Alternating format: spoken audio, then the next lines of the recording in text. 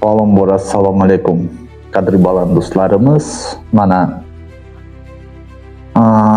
oxirgi paytlarda ijtimoiy tarmoqlarda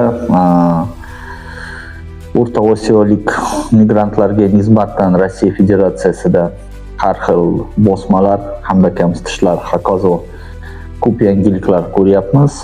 Shu bilan birga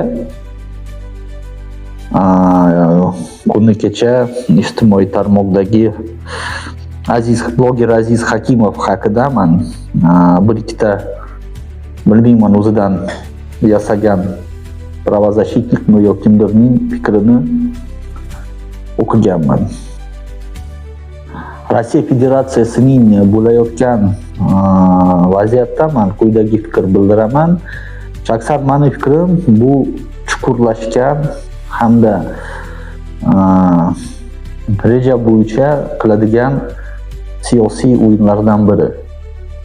Chunki mana Rossiya Federatsiyasi bugungi kuniga kelib O'rta Osiyoga o'ziniki siyosatini o'tkazishi bir necha marta ovora qilgan.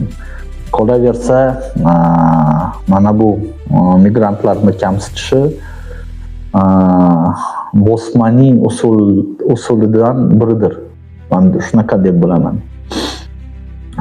Eng ayanchlisi Mariya Zakharova degani Rossiya Federatsiyasida bor. Juda ko'p salbiy fikrlari, salbiy gaplari aynan O'rta Osiyoliklar haqida gapiradi.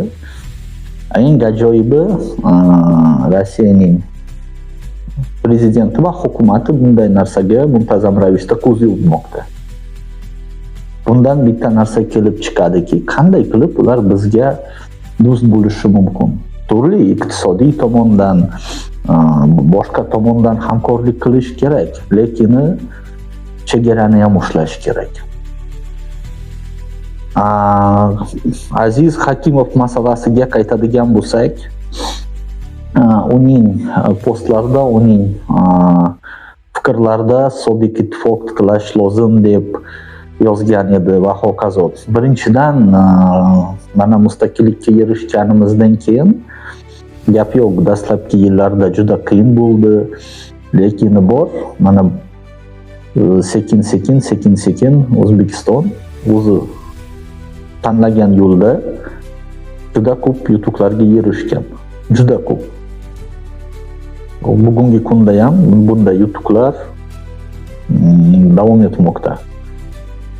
Endi sobiq ittifoq davrida hammamizga ma'lum, barcha mamlakatimizning boyligi, barcha deyarli mevachi va sabzavotlari asosiy sentrga, ya'ni markazga ketardi. Qo'pol qilib aytganda, ittifoq respublikalar koloniya sifatida Moskvaga xizmat qilardi. Endi mana bitta misol, ittifoq furushlar ham juda ko'p. Qani edi men sobiq ittifoqqa qaytsam, qani edi gapiradiganlar afsus uchratmoqda. Men bitta narsa qiziqmoqchiman ulardan. Nimasi yomon? Ittifoq parchalaganda yomon tomoni yo'q. Aksariyati qishloqlar hozir elektrlashgan, gazlashtirgan. Oldin bu narsa bo'larmidi? Qolaversa 90-yillarda ham ittifoq parchalanishidan oldin qishloqlarda vodoprovodlar ham yo'q edi, gaz ham yo'q edi. Hozir aksariyati qishloqlar shahar bilan bir. Tez yordam xizmati, tez tibbiy yordam mashinalari yetarli. Oldin Soyuz paytida unaqa narsalar yo'q edi. Endi albatta bu o'ziga yarasha bunaqa ittifoqqa qaytmoqchi bo'lganlar, ular o'z-o'zi bilan paydo bo'lib qolmayapti. Meni shaxsiy fikrim, albatta kimdir ularga qandaydir g'oyaviy ta'sir qiladi, boshqa sabablar ham bo'lishi mumkin. Lekin g'oya bilan faqat g'oya asosida kurashish kerak. Bu munosabatni men nimaga uchun bildirmoqchiman? Chunki bugungi kunida siyosiy dunyoda vaziyat juda qaltis. Qolaversa mana Rossiya Ukrainaning mojarosi, Izroil Palestin mojarosi va hokazo. Bunday vaziyatda birinchi o'rinda mamlakat ichida tinchlik saqlashimiz kerak. Birinchi o'rinda. Agarki mamlakatimiz tinch bo'lsa, bu yerga hech qanday yovuz niyatlar bilan kirmoqchi bo'lganlar kira olmaydi. Qolaversa o'ziniki g'oyalari ham tarqata olmaydi. Ikkinchidan, mana aynan Rossiya Federatsiyasining siyosatiga ahamiyat berib, qarab, vatandoshlarimizdan imkon boricha u yerga bormaslikni iltimos qilgan bo'lardim. Chunki haqiqatdan ham kundan kun aynan mehnat migrantlarining haq-huquqlari juda ham paymon bo'lmoqda. Uni hammamiz ko'rib o'tiribmiz. Deyarli har haftada qandaydir yangilik 2-3 marotaba ko'ryapmiz. Yana bitta narsa, bu yerda men o'zimni fikrim qilcham, Ikkinchi jahon urushi paytida O'zbekistonda ko'plab Rossiya, Ukraina, Belorussiya davlatlardan qochqinlar boshpana topgan.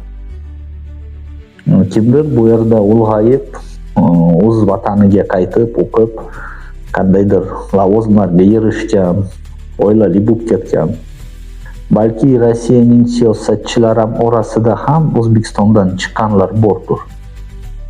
Ular o'sha o'zbeklar qilgan yaxshilikni shuncha unutadimi? Meni fikrimcha, bu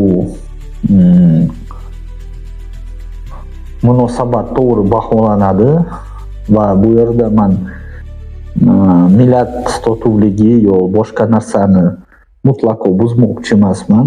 Eslab o'tmoqchimanki, O'zbekistonda barcha millatlar teng huquqli. Lekin bor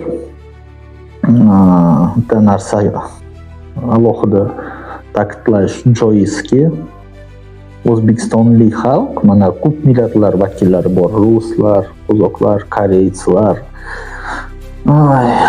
har xil millat vakillari bor. Bizda bironta millatni kamsitish yo boshqa narsa kuzatilmaydi. Ammo eng achinarlisi, qolaversa, mana agarki millatlararo masalada kimdir qandaydir harakatlari qilishni boshlasa, Jinoyat kodeksining tegishli moddalari bilan sudlanadi. Bizga huquq muhofaza qilish organlari bunday vaziyatga juda qattiq qaraydi. Lekin o'rinli savol bor.